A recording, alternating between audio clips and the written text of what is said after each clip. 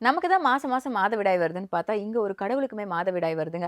அத வந்து திருப்புத்தரட்டு அப்படிங்கிற ஒரு ஃபெஸ்டிவலாவே கொண்டாடுறாங்க. இது எங்க நடக்குதுன்னா கேரளால. கேரளால வந்து செங்கமனூர் மகாதேவ் டெம்பிள் அப்படிங்கிற 1500 வருஷம் பழமையான டெம்பிள்ல வந்து சிவன், பார்வதி இவங்க தான் மெயின் காட். இதுல பார்வதிக்கு வந்து மாதவிடாய் வர்றத எப்படி கண்டுபிடிப்பாங்கன்னா, அங்க இருக்கிற பூஜாரி வந்து அவங்களோட உடைய பார்ப்பாங்க.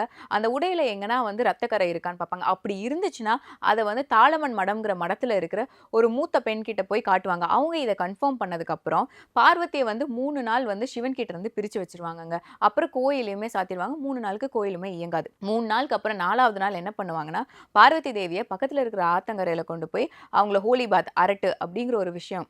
அதாவது அவங்கள வந்து தூய்மைப்படுத்துறது. அவங்க தூய்மைப்படுத்திட்டு அவங்கள வந்து அலங்கரிச்சு யானை மேல வந்து கோயிலுக்கு கொண்டு வருவாங்க.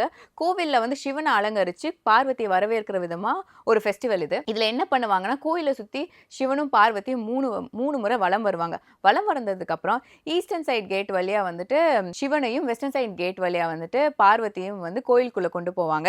இத எதுக்கு பண்றாங்கன்னா, பெண்மைய வந்து போற்ற விதமாவும், அத வந்து பரிசளிக்கிற விதமாவும் இந்த ஒரு ஃபெஸ்டிவல வந்து இவங்க பாரம்பரியமா கடைபிடிச்சுட்டு வராங்க.